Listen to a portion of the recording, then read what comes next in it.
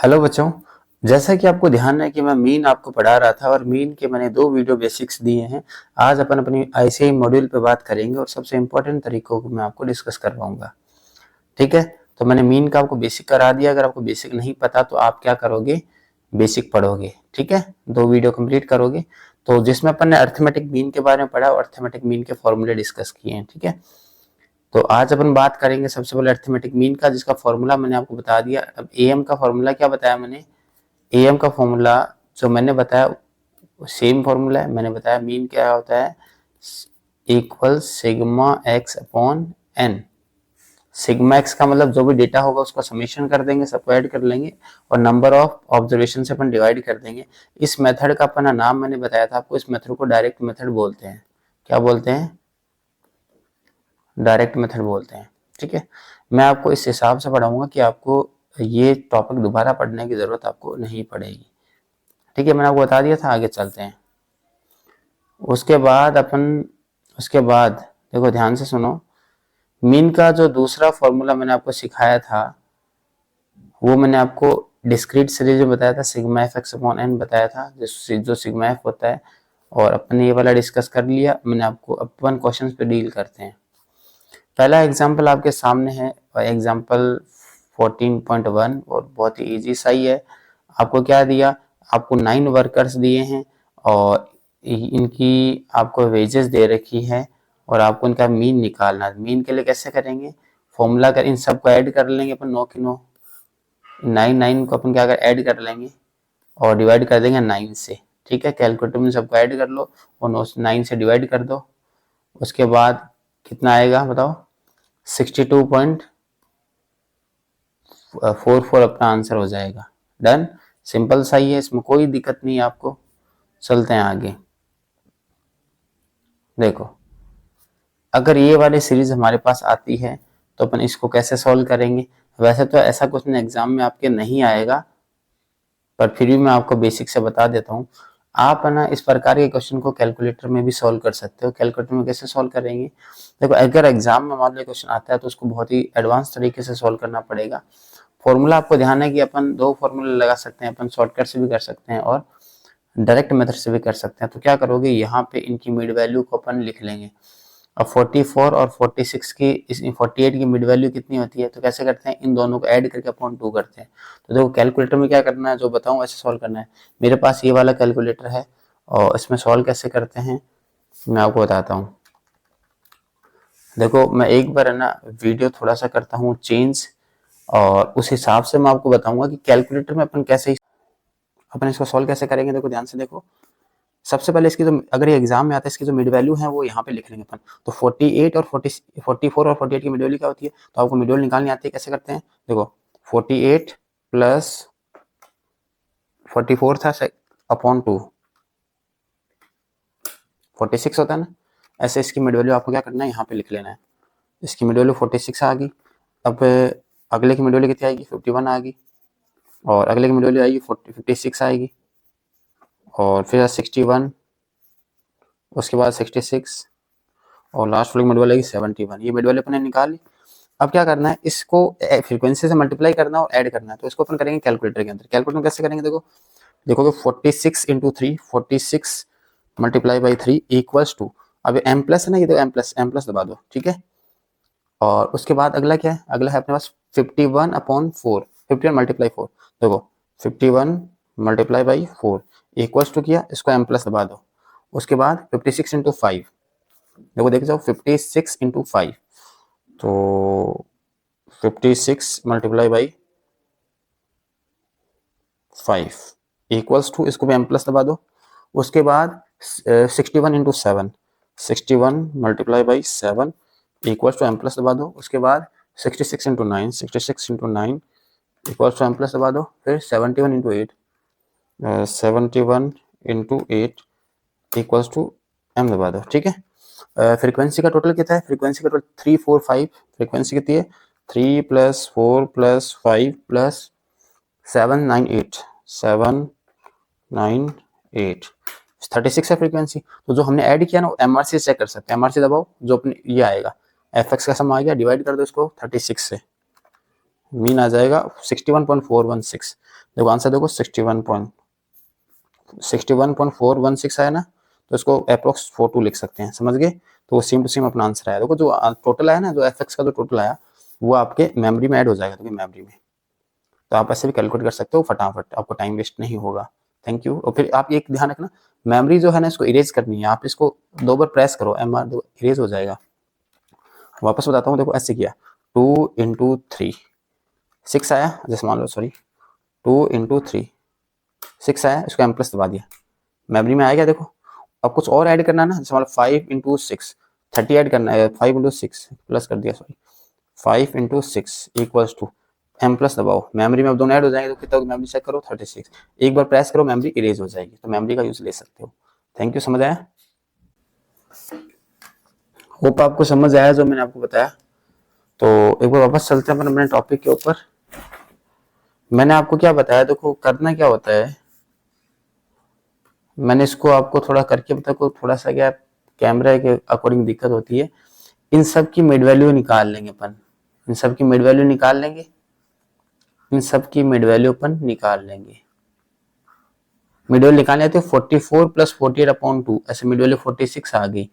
इसकी mid value कितनी आ गई 51 आ गई। ऐसे मिड वैल्यू निकाल लेंगे। फिर क्या करना है, एफ एक्स निकालते हैं। देखो ये दो तो अपने को कॉलम गिवन है, इसकी मिड वैल्यू अपन क्या करेंगे, इसके ऊपर ही लिख लेंगे एग्जाम के अंदर, ठीक है। अब ये एफ एक्स का कॉलम निकालना है, एफ एक्स कैसे निकलता है, इन दोनों को मल्टीप्लाई करते हैं, तो इसको कैलकुलेटर में सॉल्व करना है। 46 इंटू 3 इसको मेमोरी में डाल दो, फिर 51 इंटू 4 इसको मेमोरी में डाल दो, ऐसे सारे मेमोरी में डाल दो। और चेक कैसे होता है, एमआरसी से आप चेक कर सकते हो ना, एमआरसी से चेक कर सकते हो, जो कि मैंने अभी मैं आपको समझा देता हूँ इसको प्रैक्टिकली कैसे सॉल्व करेंगे। तो एक बार मैंने आपको सॉल्व करके दिखाया है, वैसे आप सॉल्व कर सकते हो, कैलकुलेटर बहुत जल्दी हो जाएगा। तो आप मेमोरी का यूज लेना सीखो कैलकुलेटर में। बाकी बहुत आसान सा है, ऐसा क्वेश्चन एग्जाम आने की संभावना बहुत ही कम है। चलते हैं आगे अपन, ये वाला हो गया। अब देखो ये वाला सॉल्व करना, आप खुद सॉल्व करोगे। EM निकालना है, मिड वैल्यू निकाल लेना, फ्रीक्वेंसी से मल्टीप्लाई कर लेना, जो भी आएगा उसको ऐड कर लेना, डिवाइड फ्रीक्वेंसी से डिवाइड कर देना। जरूरी नहीं है कि आप इसको शॉर्टकट से करो, क्योंकि कैलकुलेटर आपके अवेलेबल है, इजीली आप सॉल्व कर सकते हो, कोई टेंशन वाली बात नहीं। तो आप इसको शॉर्टकट से ना करके डायरेक्ट से सॉल्व कर लो, ठीक है। आगे चलते हैं, कौन सा मिसिंग फ्रीक्वेंसी का आगे क्या, देखो मिसिंग फ्रीक्वेंसी का आ गया। सेम इसको आप सॉल्व कर सकते हो। बताऊं कैसे सॉल्व करेंगे, देखो ये वाला मैं आपको करवा देता हूँ, वैसे तो आसान सा ही, कोई तो कोई मुश्किल नहीं है। इस सबसे मैंने आपको प्रोसेस बताया, इसकी जो मिड वैल्यू आएगी ना, यहाँ लिख लो 61, 64, 67, 70, 73 लिख लिया। अब क्या करो, देखो इन सब का टोटल करेंगे ना, 5, देखो 5 प्लस 18 प्लस 8 31 आया, और टोटल 100 आएगा। खुद ने बोला देखो 100 स्टूडेंट है, खुद ने क्या बोला है 100 स्टूडेंट है, दिख रहा है ना ये 100 स्टूडेंट। तो ये 31 आ रहा है, तो 100 से माइनस 31 कितना है 69। इसका मतलब अगर जैसे ये x है, अगर ये x है और ये y है, तो अपन कह सकते हैं कि x प्लस वाई का सम कितना आ रहा है 69 आएगा। डन, एक चीज तो अपन को डायरेक्ट मिल गई। अब देखो टोटल बंदे 100 बंदे हैं, टोटल कितने 100 बंदे हैं। अगर मैं ऐसे कह दूं, अपन क्या करते हैं, फॉर्मूले से बता देता हूं आपको। फॉर्मूला क्या होता है मीन का, बताओ, sigma F X upon sigma F होता है नहीं होता। मीन आपको कहते दे रखा है 67.45 दे रखा है, plus sorry equals to sigma F 100 है, पता है अपन को, और एफ एक्स क्या होता है, इन दोनों का सम, इन दोनों का। तो करें, अब इसको मेमोरी में सॉल्व करना है। कैसे करना है देखो मैं बताऊं, लिखो आप जैसे बताऊं वैसे लिखो। 61 मल्टीप्लाई बाई 5 305 आया, 305 को लिखो m प्लस दबा दिया। अब जिसके पास ये केसीओ वाला कैलकुलेटर है वो तो ये एसी वाला बटन भी दबा सकता है, कोई फर्क नहीं पड़ता। लेकिन जिसके पास केसीओ के अलावा कोई बटन है, जैसे मान लो मैं इसमें ये वाला एसी दबा देता हूँ, तो यहाँ पे जो m है ना, m लिखा हुआ वो कैंसिल नहीं हो रहा, तो इसमें मेमोरी सेव रहती है। बट जो सिटीजन वाला जो दूसरा कैलकुलेटर उसमें क्या होता है कि मेमोरी AC दबाते मेमोरी कैंसिल हो जाती है। तो उनको क्या करना है, उनको ये करना है 61 इंटू 5 इक्वल्स टू दबाया तो आया आपके पास आंसर 305, उसको M प्लस किया तो जो 305 उसको पढ़ा, इसको छेड़ना ही नहीं है आपको, AC नहीं दबाना, आपको कुछ नहीं करना, इसके ऊपर ही लिख दो आप 64 इंटू 18, 64 इंटू 18 तो कितना आया बताओ, यह 1152। इसको M प्लस दबाओ, इसको हटाओ मत, पढ़ा रहने दो, अगला लिखो 67 इंटू एक्स को छोड़ दो, 73 इंटू 8 करते हैं, 73 इंटू 8 इसको मेमोरी में डाल दो, पढ़ा रहने दो। अब चेक करो MRC दबाओ तो यार 2041, तो ये कितना आएगा बताओ, ये आएगा 2041 प्लस ये वाले दो तो अपन ने नहीं किए, 67x प्लस 70y ये आएगा। अब देखो सुनो, अब देखो 6767.45 मल्टीप्लाई बाई 100, ये 100 को अपन ने इधर भेज दिया, मल्टीप्लाई हो जाएगा इससे, ये इधर आके माइनस हो जाएगा तो माइनस 2041, तो ये आया 67x plus 70y equals to 4704, ये मेरे पास रिजल्ट आ गया। अब क्या करना है, अब आपको जैसे आप इक्वेशन सॉल्व करते हो वैसे आपको सॉल्व करना है, ठीक है। लेकिन मैं आपको एक चीज बता देता हूं, उस चीज का ध्यान रखना,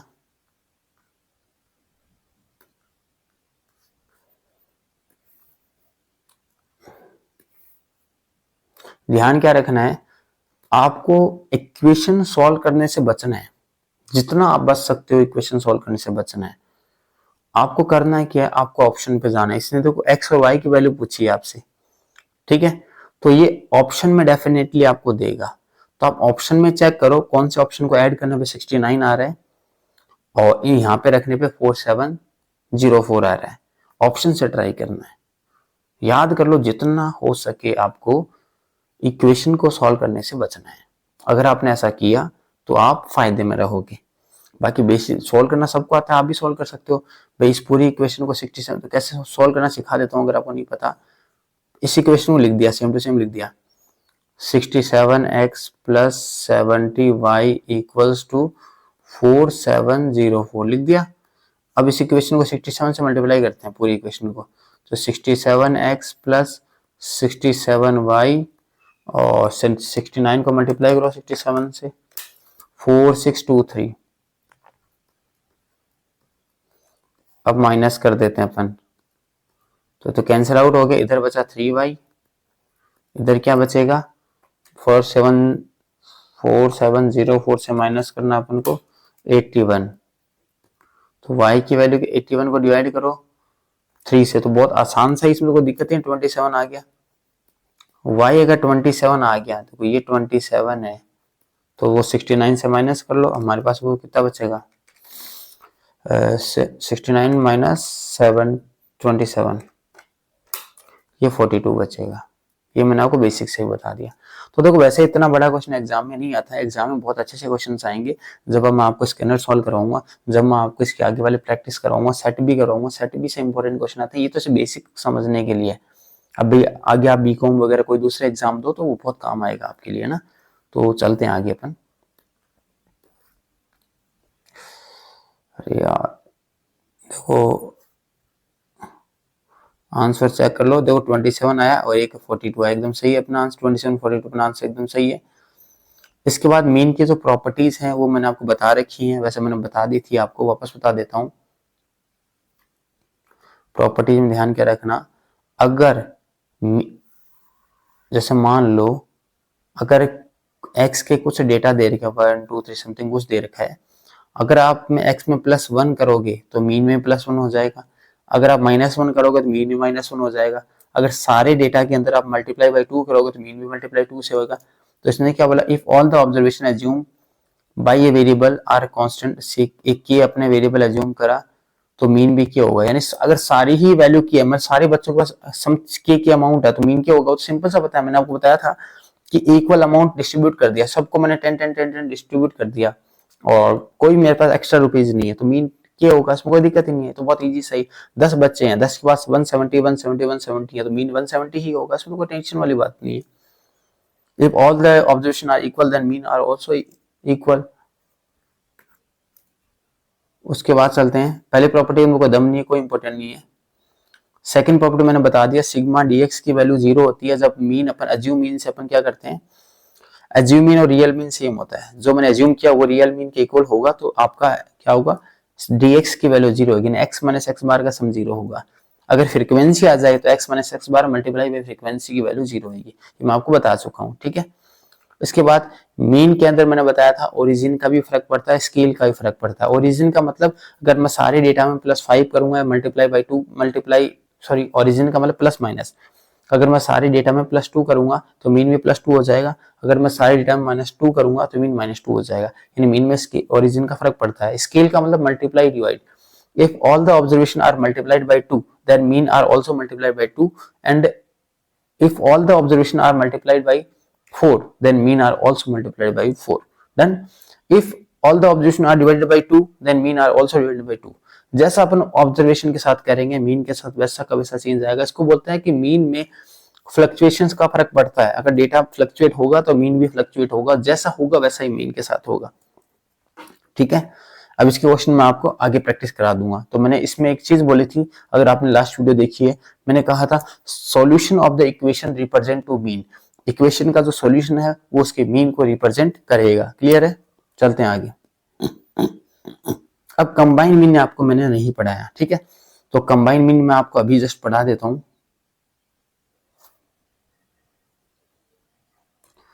देखो कंबाइन मीन के साथ मैं आपको बहुत अच्छी सी चीजें बताऊंगा।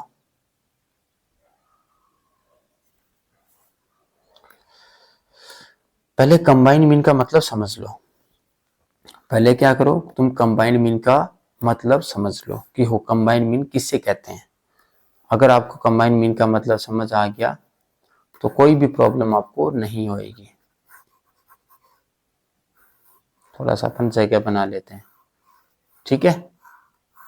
और कंबाइंड मीन का फॉर्मूले की जरूरत ही नहीं है भाई साहब, कंबाइंड मीन का जो फॉर्मूला है ना उसकी आपको कोई जरूरत ही नहीं है, सही बताऊं तो कंबाइंड मीन के किसी भी फॉर्मूले की कोई भी जरूरत आपको नहीं पड़ेगी, क्योंकि मीन अगर आप समझ गए ना, मीन का मतलब क्या होता है, सारा पैसा लेके सब में बराबर बांट दो, बस मीन का मतलब ये होता है। आसान सी बात से मैंने आपको समझा दिया।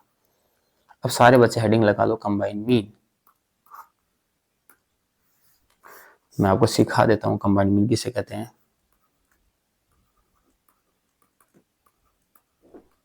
कंबाइंड, देखो एक बात समझो, दो क्लास है मेरे पास, एक तो है क्लास 11, सीए के दो बैच हैं, सीए के दो बैच हैं, एक बैच 1 एक बैच 2, ठीक है। बैच 1 के अंदर जो नंबर ऑफ स्टूडेंट हैं N1 वो मान लो 50 बच्चे हैं, और उनके पास उनकी जो एवरेज एज है मान लो 18 ईयर्स, ठीक है। और जो बैच मेरा 2 है उसके अंदर मान लो 30 स्टूडेंट है और वो थोड़े रिपीटर ज्यादा है उनमें, तो उनका मीन एज है मान लो 20। डन, ये मेरे पास दो बैच है। मैं कह दूं अगर इन दोनों बैच को मिला दूं, यानी मैं टोटल 70 स्टूडेंट का अगर एवरेज निकालूं तो एवरेज क्या होना चाहिए। तो आपको क्या करना है भाई साहब, आप इसको समझो, मीन का मतलब क्या होता है, सारा कंबाइन सबको ऐड किया और सब में बराबर बांट दो। क्या करूं, देखो सुनो, 80 एज को छोड़ो, पैसे में बात करते हैं। 50 बच्चों के पास 18 रुपए हैं, तो टोटल रुपए कितने हो गए, तो 50 इंटू 18 करोगे तुम कहोगे सर टोटल 900 रुपीज हो गए मेरे पास। कितने रुपए हो गए मेरे पास, हो गए 900 रुपीज, ठीक है। अब चलते हैं बैच 2 में। बैच 2 में ये 30 बच्चे हैं, एवरेज सबके पास 20 है, तो कहोगे सर 20 इंटू 30 यानी 600 रुपीज है। तो इसका मतलब 1500 रुपए मेरे पास के हैं दोनों बैच को मिला के कितने स्टूडेंट हैं टोटल, तुम कहोगे सर टोटल स्टूडेंट है 80, तो 80 तो 80 में इक्वल डिवाइड कर दो। तो जब मैं इसको 80 से डिवाइड करूंगा तो रिजल्ट कितना आ जाएगा बताओ, 1500 अपॉन 18, 80 आएगा 18.75, समझ गए। तो मतलब ये आपका कंबाइन मीन है। कंबाइन मतलब ये 70 स्टूडेंट्स का मीन है, N1 प्लस N2 यानी 70 स्टूडेंट है। कंबाइन मीन यानी X बैच 1 एंड 2 दोनों बैच का मीन मैंने आपको निकाल दिया। ठीक है, अब बुक ने क्या किया, बुक ने इसी चीज को एक फॉर्मूला देके समझा दिया कि आप बेटा एक फॉर्मूला रट लो। बुक ने बोला ये X1 2 यानी दो बैच हैं, N1 X बार 1 प्लस N2 X बार 2 upon N1 plus N2। Book ने क्या बोल दिया कि कंबाइन मीन का एक फॉर्मूला होता है। अब देखो N1 का मतलब 50, उनका मीन कहता है, सॉरी मीन है 18 प्लस N2 कहता है 30 इंटू उनका मीन है 20 upon N1 plus N2 50 plus 30। इसको जब सोल्व किया तो सेम आंसर आएगा 18.75। अरे भाई आप मीन का भाई फॉर्मूला याद करने की जरूरत क्या है अपन को, आपको करना ये है, आपको मीन का मतलब समझो। मीन का मतलब क्या होता है कि सारा अमाउंट कलेक्ट करना है और जितने भी बच्चे हैं उन सब में इक्वली डिस्ट्रीब्यूट कर देना है, ये मीन होता है। तो मीन में मेरे हिसाब से कोई प्रॉब्लम आपको नहीं आएगी। तो चलें आगे, बताओ। अब ये समझ आ गया। अब देखो, जब मैंने आपको रेशियो पढ़ाया था तो रेशियो में मैंने आपको एलिगेशन सिखाया था ना। एलिगेशन, एलिगेशन क्या होता है, जब दो चीज को मिक्स करके तीसरी चीज बना दी जाए, वहां पे अपन उन दोनों का नंबर जो भी रहेगा प्रोपोर्शन निकाल सकते हैं, रेशियो निकाल सकते हैं। ठीक है, तो कंबाइन मीन के सारे क्वेश्चन में एलिगेशन लगाया जा सकता है। अब वो एलिगेशन कैसे लगाते हैं वो मैं आपको सिखाऊंगा अगले क्वेश्चन के अंदर। डन। मैं क्या करूंगा, आपको एक अभी समझा देता हूँ। चलो कोई नहीं, अभी समझा देता हूँ। देखो एलिगेशन कहाँ लगाओगे, एक क्वेश्चन यही लिख लो, तुम क्वेश्चन लिख लो। ठीक है, मेल एक फैक्ट्री है, समझ लो, ऐसे बहुत सारे क्वेश्चन आएंगे। एक फैक्ट्री है, फैक्ट्री में कुछ मेल एम्प्लॉइज हैं, मेल एम्प्लॉइज हैं। मेल एम्प्लॉइज का जो मीन है वो है, मीन जो सैलरी है, मीन वेजेस है, वो है 800 रुपीज। डन। उसी फैक्ट्री में कुछ फीमेल एम्प्लॉइज हैं, उनका जो मीन एज है, एक्स बार 1 कर देते हैं, इसको एक्स बार 2 करते हैं, उनके जो एवरेज सैलरी है, एवरेज वेजेस है, वो है 600 है। ठीक है, और कंबाइन दोनों को मिला के कंबाइन मीन दे रखा आपको, कंबाइन मीन आपको दे रखा है 750। ठीक है, तो आपको कोई कह दे कि फीमेल कितना परसेंटेज है, फैक्ट्री में कितने परसेंट फीमेल वर्कर है, क्या कह दिया, फीमेल वर्कर कितने परसेंट है, ये अपना क्वेश्चन एग्जाम में आ गया। तो करना क्या है, तो इसमें एलिगेशन अप्लाई करना है। तो सर एलिगेशन कैसे होता है, देखो आप अगर फॉर्मूला लगाओ तो फॉर्मूले से भी सॉल्व कर सकते हो इस चीज को, पर मैं बताता हूँ इसको करना है आपको एलिगेशन से। एलिगेशन एक मैथमेटिक वैसे चैप्टर है मैथ्स का जो रेशियो में काम आता है। कब लगाते हैं, जब दो चीज को मिला के कोई तीसरी चीज बनाई दी जाए। देखो ये मेल है, कैसे करते हैं, ये मेल है, ये फीमेल है। मेल का एवरेज है 800, फीमेल का एवरेज है 600। दोनों का कंबाइन मीन आपको बीच में रखना है, कितना है 750। ठीक है, अब क्या करना है, इन दोनों का डिफरेंस इधर रखना है। 600 और 750 में डिफरेंस कितने का है, तो तुमको से 50 का डिफरेंस है, और इन दोनों का डिफरेंस आपको इधर रखना है। तो इधर डिफरेंस कितने का बताओ, इधर ही 50 का डिफरेंस है। ठीक है, इनका रेशियो क्या, 50:50 क्या होता है, तुमको से 1:1 होता है। यानी हमारे जो इम्प्लॉइज है ना 1:1 में है, इम्प्लॉइज क्या है 1:1 में है। तो कह सकते हैं कि अगर टोटल 2 वर्कर है ना, टोटल 2 वर्कर है, उसमें एक तो मेल होगा, हर 2 वर्कर में एक फीमेल होगा। तो फीमेल का परसेंटेज कैसे निकालेंगे, 1/2 परसेंट दबाओगे तो कितना आ जाएगा, 50% आ जाएगा। ये तो अपना क्या हो गया, मैंने आपको वैसे समझा दिया एलिगेशन से। अब इसी क्वेश्चन को तुम कर सकते थे फॉर्मूले से। फॉर्मूला क्या होता है, combine mean 750 equals to N1 into 800 plus N2 into 600 upon N1 plus N2। ये वैल्यू इधर से मल्टीप्लाई होती, फिर अपन N1 रेशियो N2 निकाल लेते, 1:1 आता, थोड़ा कॉम्प्लिकेटेड बनता, बट आपको एलिगेशन सही करना है। तो मैंने आपको क्या समझा दिया, मैंने आपको कंबाइन मीन भी समझा दी, आज भी इनको पूरा करेंगे। वैसे आगे चलते हैं।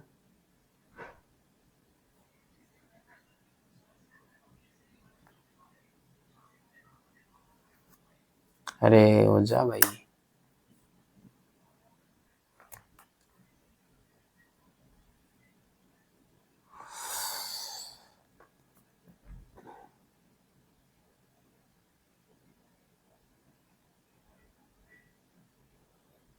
ये कंबाइन मीन अपना, वैसे मीन तो पूरा हो गया अपना। इसमें मीन की वैसे बुक में कोई और प्रॉपर्टीज नहीं है, आप सॉल्व कर लेना, मीन में कोई दिक्कत नहीं आएगी आपको। अब मीडियन शुरू हो गया, मैं एक बार कंबाइन मीन का ही प्रैक्टिस करवा देता हूँ आपको क्वेश्चन वैसे तो, फिर अपन कल अपना नया टॉपिक शुरू करेंगे। इसके अंदर एक एलिगेशन का टॉपिक है, वो बताऊंगा मैं आपको। देखो पहले तो मैं आपको ये बता दूं, देखो कहीं भी ऐसा कोई क्वेश्चन आ गया, sum of observation taken from mean answer 0 होता है, तो पहला जो क्वेश्चन दिख रहा उसमें क्या बोला आपको, तो फर्स्ट देखो ध्यान से। फर्स्ट में आपको बोला 3 ऑब्जर्वेशन है, 15, 20, 25, इसका sum of deviation of the observation from mean निकालना, आंसर 0 होगा बिना कोई कैलकुलेट करे। ये चीज तुम याद ही कर लो, काम की चीज है। उसके बाद देखो ये कंबाइन मीन वाला क्वेश्चन, देखो कैसे करते हैं इसको, सीख लो अभी, बहुत काम की चीज है, बहुत काम की चीज है। देखो average salary of a group unskilled worker, ये है अनस्किल्ड वर्कर और ये है अपना स्किल्ड वर्कर। अनस्किल्ड वर्कर की एवरेज सैलरी है 10,000 और स्किल्ड की कितनी है 15,000। दोनों की सैलरी आएगी, दोनों के कंबाइन मीन दे रखा 12,000। तो करना क्या है, इन दोनों का डिफरेंस कितना आएगा 3,000, इन दोनों का डिफरेंस कितना आएगा 2,000। 0 से 0 काट दो, 3:2 में है ये। तो आपको क्या बोला, the percentage of skilled worker, skilled worker कितने हैं 2 आउट ऑफ 5, तो 2/5% दबा दो कैलकुलेटर में, तो आंसर आएगा देखो 2/5% या 2/5 इंटू 100 कर दो तो आंसर आएगा 40%। तो 40% क्या इसमें स्किल्ड वर्कर हैं, और वो पूछे तो वो 60% अनस्किल्ड वर्कर हो जाएंगे। तो बहुत आसान सा फॉर्मूला है, इसी से सॉल्व करना है। होप आपको वीडियो पसंद आई है। मेरी वीडियो अगर आपको पसंद आ रही है तो मेरे चैनल को सब्सक्राइब करें, और मैं आपको बहुत ही क्वालिटी एजुकेशन दूंगा, बट आप मेरे चैनल को सब्सक्राइब करें, अपने दोस्तों में शेयर करें। Thank you.